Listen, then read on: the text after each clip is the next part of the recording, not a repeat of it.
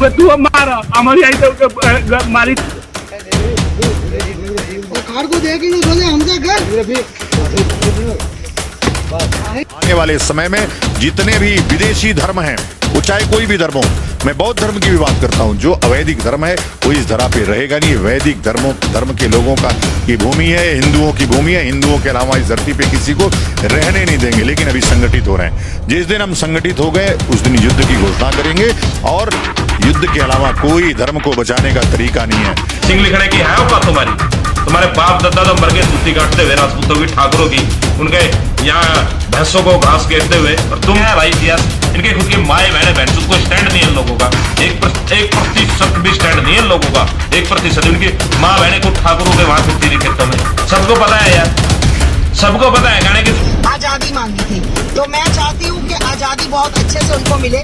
मैं आस्था मां आजादी दूंगी, चाटे बजा बजा कर एक बार आओ आजादी दूं। भैया आप कैसे आजादी देना चाहते हैं? देखो जी, ये भी आजादी ठीक है। इससे आजादी दोगे? बढ़िया ढंग से आजादी देंगे, और ऐसी आजादी देंगे कि इनकी आने वाली पुश्तें तो कभी जीवन में आजादी मांग देगी। बहुत सुंदर। और भैया आप कैसे आजादी दोगे? इससे देंगे जी, हमारे यहाँ तो झूठ से दी। वाह जी वाह, वाह जी वाह। विजय भैया, साथियों, कुछ वीडियोस में आपको दिखाना चाहता हूँ। जिस तरह सोशल मीडिया पर आजकल वीडियो देखने में आ रही हैं, कहीं यादव समाज के व्यक्ति को गंजा करके अपमानित किया जा रहा है, कहीं दलित समाज के व्यक्ति को पानी ले लेने पर हत्या की जा रही है, कहीं उसको जूते में पानी पिलाया जा रहा है, कहीं देश को तोड़ने की और पैरेलल आर्मी बनाने की बात की जा रही है, कहीं दलित को अपमानित किया जा रहा है तो कहीं पिछड़े को अपमानित किया जा रहा है, कहीं मुसलमान को कत्लेआम करने की बात की जा रही है।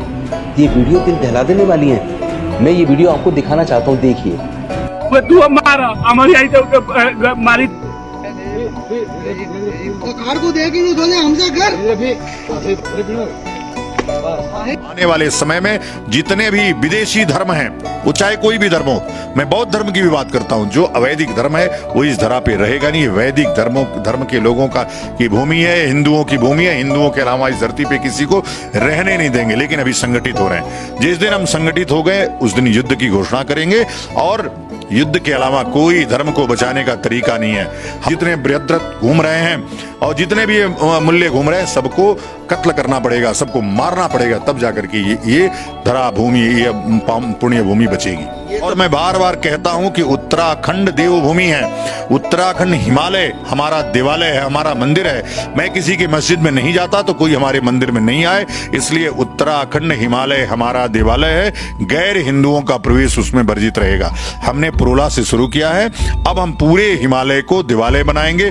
किसी एक भी गैर हिंदू, जब मैं बोलता हूं तो उसमें बौद्ध भी आते हैं, उसमें ईसाई भी आते हैं, और उसमें ये भी मुसलमान भी आते हैं। मैं तीनों लोगों को रहने नहीं देंगे हम लोग, चाहे उसके लिए कुछ भी करना पड़े। सिंह लिखने की है औकात तुम्हारे बाप दादा तो मर गए जूती काटते हुए, राजपूतों की, ठाकुरों की, उनके यहाँ भैंसों को घास घेरते हुए, और तुम है भाई इतिहास। इनके खुद की माए बहने बहन को स्टैंड नहीं है इन लोगों का। 1% भी स्टैंड नहीं है इन लोगों का। 1% उनकी माँ बहने को ठाकुरों के वहां फिरती रही खेतों में। सबको पता है यार, सबको पता है। कहने की जरूरत ही नहीं है। आज ये बढ़ते हैं इनके हमारा इतिहास है, फलाना है, ढिमकाना है। क्या है तुम्हारा बहन चोद? तुम्हारा है कोई स्टैंड? कहीं पे कुछ भी नहीं है। मैं ये कहता हूँ भाई साहब, सालाना कभी कभी तो मुझे सोच के भी आता है, बहन चोद ऐसे आदमी को मारू ना तो लोग भी कहेंगे बहन चोद एक चमट्टा ठोक दिया। कल जंतर मंतर पे कुछ लोग आजादी मांग रहे थे कि धरना प्रदर्शन पहलवानों का चल रहा है, वहाँ पर आकर कुछ जयचंदों ने आजादी मांगी थी। तो मैं चाहती हूँ कि आजादी बहुत अच्छे से उनको मिले। मैं आस्था मां आजादी दूंगी, चाटे बजा बजा कर एक बार आओ आजादी दूं। भैया आप कैसे आजादी देना चाहते हैं? देखो जी, ये भी आजादी ठीक है। इससे आजादी दोगे? बढ़िया ढंग से आजादी देंगे, और ऐसी आजादी देंगे कि इनकी आने वाली पुश्तें तो कभी जीवन में आजादी मांग देगी। बहुत सुंदर। और भैया आप कैसे आजादी दोगे? तो जी इससे देंगे जी, हमारे यहाँ तो झूठ से दी। वाह जी वाह, वाह जी वाह। विजय भैया आजादी ये दूंगा, कोनी से दही तोड़ दूंगा, आजादी कर दूंगा, पूरा आजाद कर दूंगा तुम्हें मैं। जय श्री राम। तो आप लोगों को पता लग गया कि राष्ट्रवादी हिंदूवादी लोग। हाँ सुनो, यूपी में भी मिल रही है आजादी। हाँ असद को दे दी ना आजादी, हाँ। अतीक को दे दी ना आजादी, जुनैद को भी दे दी आजादी। हाँ। ठीक है, तुम्हें भी दे देंगे आजादी। जिसको चाहिए आजादी ले जाओ आके। तुम ठंड रखो, मई जून है, शिमला बना रखा शिमला। पूरी दुनिया में खूबसूरत लोग हैं वास्तव में, ये स्वर्ग से गिरे हुए लोग हैं, क्योंकि भोग भाग करके आए हुए हैं। तो इसीलिए अब उस सुंदरता का अवशेष बचा हुआ है। जितने हैंडसम लोग हैं, गुड लुकिंग लोग हैं, ये पिछले जन्म में कहीं ना कहीं स्वर्ग में थे। और जितने बदसूरत हैं, गरीब हैं, शरीर में कष्ट है, ये नरकों से आ रहे होते हैं। जो स्वर्ग वाले हैं उनका जो थोड़ा कुछ अवशेष बच जाता है पुण्य का, उसकी वजह से आज वो थोड़े से सुंदर दिख रहे हैं, थोड़ा हेल्दी है, थोड़ा सा हैंडसम, हंकी, खूबसूरत, हिंचक, तो थोड़ा वो काम करेंगे, ये भुगत करके फिर ये नीचे जाते हैं। जो नरकों से आए होते हैं वो थोड़े नरकों की जो उनके कर्मों के, बुरे कर्मों के फल है, फिर वो आड़े टेढ़े होते हैं, गंदे होते हैं, काले कलूटे होते हैं, और उनकी भावना भी खराब होती हैं, नीचे से आ रहे हैं, तो उसके अवशेष कुछ बचे होते हैं। आज हम देख रहे हैं पिछले लगभग 9 सालों में कई प्रकार के फर्जी साधु संत हमारे सामने आ गए हैं। कोई साधु कहता है कि देश के संविधान को बदलो, हमें हिंदू राष्ट्र बनाना है, तो कोई साधु कहता है कि ये जो काले कलूटे रंग के लोग हैं या जो अपंग लोग हैं ये सब नरक लोक से आए हैं। तो कोई साधु कहता है कि ये जो पूरा हिमालय पर्वतीय रीजन है जिसमें उत्तराखंड, हिमाचल प्रदेश, जम्मू एंड कश्मीर, ये उनका देवालय है और ये उसमें किसी बौद्ध को, किसी ईसाई को, किसी मुस्लिम को नहीं रहने देंगे, उनको मार काट मचा देंगे।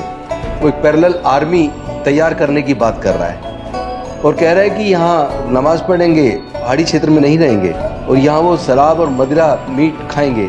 मैं ये कहना चाहता हूँ कि ये फर्जी साधु कहाँ से आ गए, इनके पास ये ताकत कहाँ से आ जाती है कि ये पैरेलल आर्मी बनाने की बात कर रहे हैं, ये देश के संविधान को खत्म करने की बात कर रहे हैं, ये देश के संविधान को जला देते हैं। ये ताकत इनके पास कहाँ से आती है?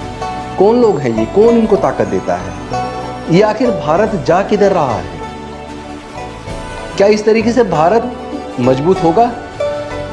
मुझे तो डॉक्टर बाबा साहेब अम्बेडकर जी की वो बात याद आती है जो उन्होंने 25 नवंबर 1948 को संविधान सभा के सामने अपने भाषण में कहा था कि जिस दिन भारत के लोग धर्म को देश से ऊपर मान लेंगे उस दिन देश खतरे में पड़ जाएगा और देश की आज़ादी खत्म हो जाएगी।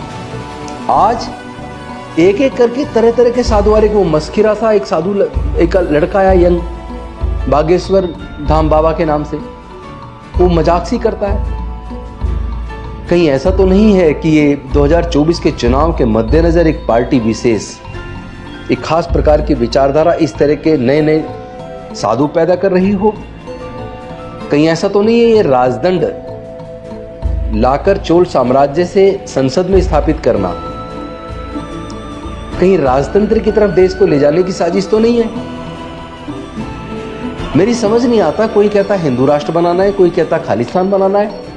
अरे अगर सभी लोग अपने अपने धर्म के हिसाब से राष्ट्र का निर्माण करेंगे तो भारत टुकड़े टुकड़े हो जाएगा। कोई किसी बहुजन नेता की टांग काटने की बात कर रहा है, कोई किसी बहुजन नेता के गले काटने पे इनाम रख रहा है। अरे भाई, इस तरह देश नहीं चलता। इसको आप जातियों की लड़ाई मत बनाइए, इसको धर्म की लड़ाई मत बनाइए। डॉक्टर बाबा साहेब अम्बेडकर सहित तमाम संविधान निर्माता व देश के स्वतंत्रता सेनानी ऐसे भारत बनाने की परिकल्पना नहीं करते थे। आप लोग सुधर जाओ। और मैं तो कहना चाहता हूं सीधी केंद्र की सरकार से और देश के न्यायालयों से। एक तरफ माननीय सर्वोच्च न्यायालय एक ऑर्डर पास करता है, जजमेंट देता है कि कोई भी हेट स्पीच देगा तो उसको पुलिस को तुरंत गिरफ्तार करना होगा, और अगर पुलिस गिरफ्तार नहीं करती तो उसके खिलाफ सुप्रीम कोर्ट सुमोटो कार्रवाई करेगा। तो आज हमारा सुप्रीम कोर्ट और हमारे हाई कोर्ट्स कहाँ हैं? खुलेआम पैरेलल आर्मी बनाकर कत्लेआम करने की एक साधु धमकी दे रहा है। मैं समझता हूँ ये देशद्रोही लोग हैं दोस्तों। ये चुनाव के लिए कुछ भी कर सकते हैं। आपको तो याद होगा J&K के उस वक्त के राज्यपाल सत्यपाल मलिक जी ने पुलवामा की घटना का जो खुलासा किया, कहीं ऐसा तो नहीं इस तरह की चुनाव जीतने के लिए इसी तरह की घटनाएं और हो जाएंगी चुनाव से पहले? कहीं ऐसा तो नहीं है फिर से देश के अंदर फिर से कुछ दंगे कराए जाएंगे जैसा रामनवमी के टाइम पे कराया गया, जैसा मणिपुर के अंदर दंगा हो रहा है और सरकार चुप है, खामोश है, प्रधानमंत्री जी भी नहीं बोल रहे हैं? ये देश जा कहाँ रहा है? क्या जाति और धर्म के नाम पर दंगे भारत को एक मजबूत राष्ट्र के रूप में विकसित होने देंगे? हम लोग एक विकसित राष्ट्र की परिकल्पना की बात कर रहे हैं, देश को विश्वगुरु बनाने की बात कर रहे हैं, लेकिन दूसरी तरफ नफरत पैदा करने वाले नकली साधु संत अगर आ रहे हैं, अगर ऐसे साधु संत होते हैं तो भाई भारत को ऐसे साधु संत नहीं चाहिए। अभी हमारे एक बहुजन नेता के पैर काटने की बात की गई। दोस्तों, ये लड़ाई कोई जाति की लड़ाई नहीं है। अन्याय किसी के भी साथ हो, अन्याय होता है। अगर न्याय की बात कोई करेगा, अगर बहुजन समाज का उत्पीड़न होता है, उसके हक अधिकार छीनते हैं और उसकी अगर कोई बात करता है तो क्या आप उनको मार दोगे? ऐसे तो देश नहीं चलेगा भाई। अगर आपकी कोई समस्या है, आपके कुछ अधिकार पे कोई हनन है तो आप अपनी आवाज उठाइए। हम हर अन्याय के खिलाफ हैं, आपके साथ भी अन्याय होता तो आपके साथ भी खड़े होंगे। लेकिन बहुजन समाज के लोगों को डराने की कोशिश मत करो। दुश्मनी से कभी भी कोई भी राष्ट्र मजबूत नहीं हो सकता। आप पाकिस्तान से, अफगानिस्तान से, सीरिया से, लेबनान से, इराक से सबक लीजिए। वो राष्ट्र बर्बाद हो गए ना। तो क्या इस तरह नफरत के रास्ते पर चलकर आप लोग देशभक्त हैं, देशद्रोही हैं? क्या आप भी देश को इसी तरह तोड़ना चाहते हैं? क्या आप भी इसी तरह देश में नफरत पैदा करना चाहते हैं? भाई हाथ जोड़ के निवेदन कर रहा हूं, नफरत पैदा करने की बात मत करो। वीडियो कैसी लगी आप अपने कमेंट्स के माध्यम से हमें बता सकते हैं और चैनल को लाइक, शेयर और सब्सक्राइब जरूर करें। धन्यवाद।